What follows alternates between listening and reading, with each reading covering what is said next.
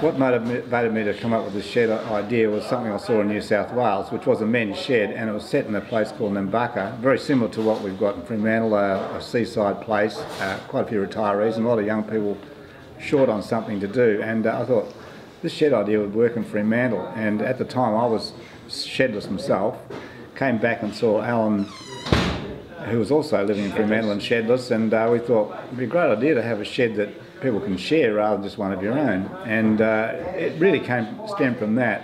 And as we talked to other people, we found we had a group of 12 individuals who all together thought a shed would be a great idea, and we didn't realise exactly what might come from a shed idea. Sort of basically, it's grown a mushroom because it's something different for every person. But that's how it started.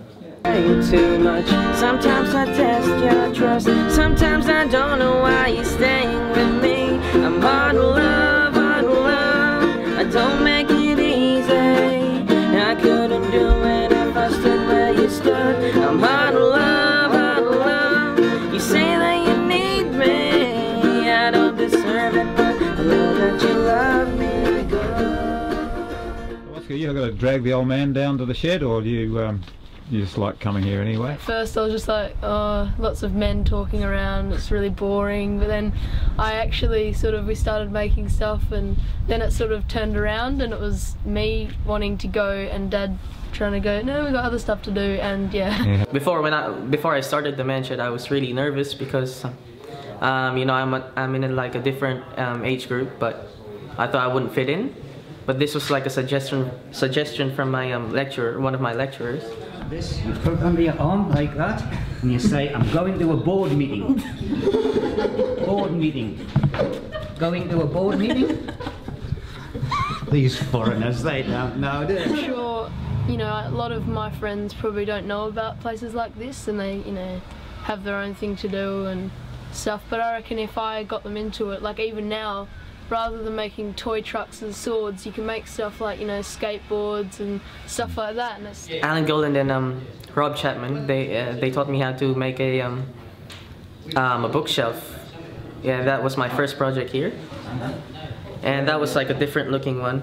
And now it's in my room, so I'm pretty happy with that. And then Paul made me do a newsletter, and a few people helped me.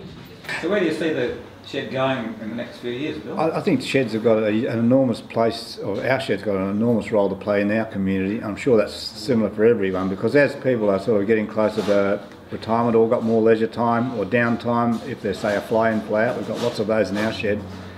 There's people with leisure time looking for something productive to do. So what the shed's doing is just moving from being a workshop environment to being a centre of learning. We can sort of see other things happening, that art projects, initiatives like that, focus on sort of health, activity groups, all stem from just what the shed was once. And yeah, a centre of learning, I think that's where the future lies with sheds, ours particularly. Originally, when I got involved with the men's shed, I think I was struggling with personal issues, suffering from depression, from just the effects of unemployment, poverty, and that's easy in living in Perth. You know, it's an expensive place, and not having things to do, it seemed, because everything required that money and that time to do things, made things quite difficult. And the time that I was working was labouring jobs, took long hours and used up a lot of my energy. So it was good to have something that was a bit structured. You could come in, you knew that there were boundaries, that it was quite clear cut, the safety of working in the actual machinery workshop. But anyway, that structure aside, it was important to me because I was getting frustrated with my situation, with my ex, with my access to my children, and sorry, Oscar, but and kids get involved in that, you know, take that personally. So if Dad's not happy or he doesn't have any, it just goes downhill. You just keep you get into this spiral. So it was good to have something to come and make stuff, to fix things that I wanted to, and you feel better. I felt better about myself, and my kids felt better about me because I was happier, and they were happier, and so it fitted in, you know, for the spots where we came in and did things that just slowly improved things. Even with the tools when I went here, well, you know, I didn't know any tools, you know. I just only knew the screwdriver, screws. I think I became a better person as well. You know, before I was just, you know, like an ignorant kid, and now, you know, I know a lot about the community because of the Man Shed. Because I do my walks for the Arthritis Foundation. Oh, right. Okay. And try and raise money for them. But, yeah, I've been, well, Bill suggested that we get together and see if we can promote it a bit more than we have done in the past. So how could others contribute to that, do you reckon? Yeah, mainly their support and telling other people about it, especially other sheds around when I'm walking around Australia, which I'm going to do on the 1st of March. Notify the local papers, contact the radio stations, come and walk with me for a while.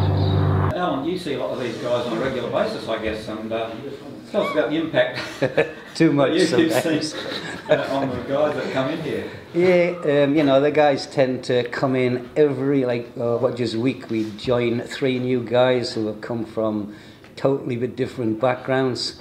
And these guys have been coming to the shed now for 8 years, so we've had a great array of different guys that come through. But we, you know, that kind of thing, we would see the guys change. They come to the shed in like a form that they're in at that time, and then the shed works its magic on them. And before you know it, they're actually nice guys again, you know, and are happy, and mostly, yeah. The depression issue is a big one. I think it helps a lot of, it distracts you from a lot of that, and you get to see other people, the kids that would come in here with the Aboriginal kids that would do stuff.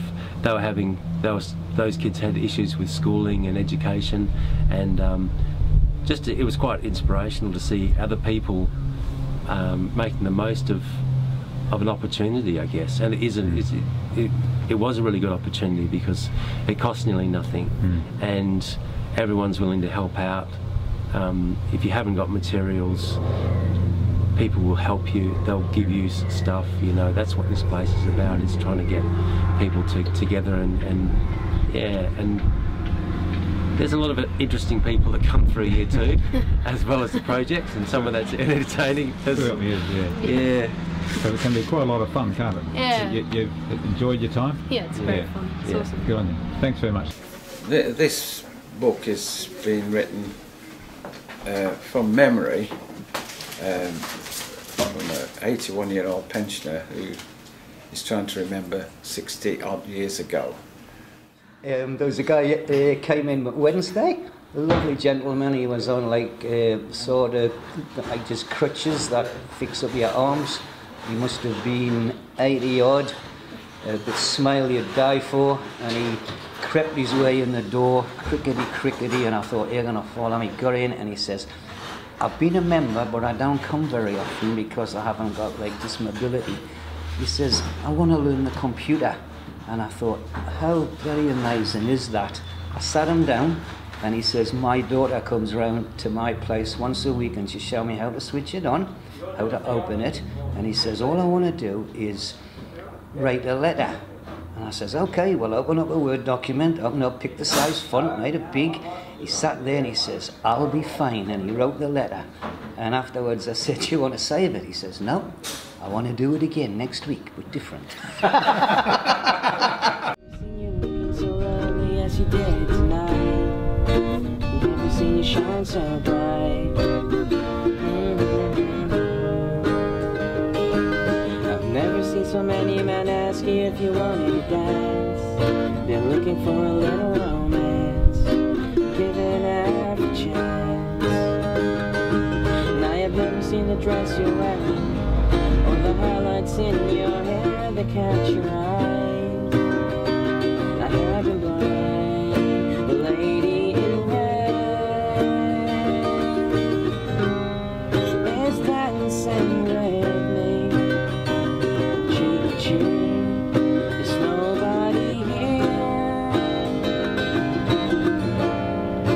just you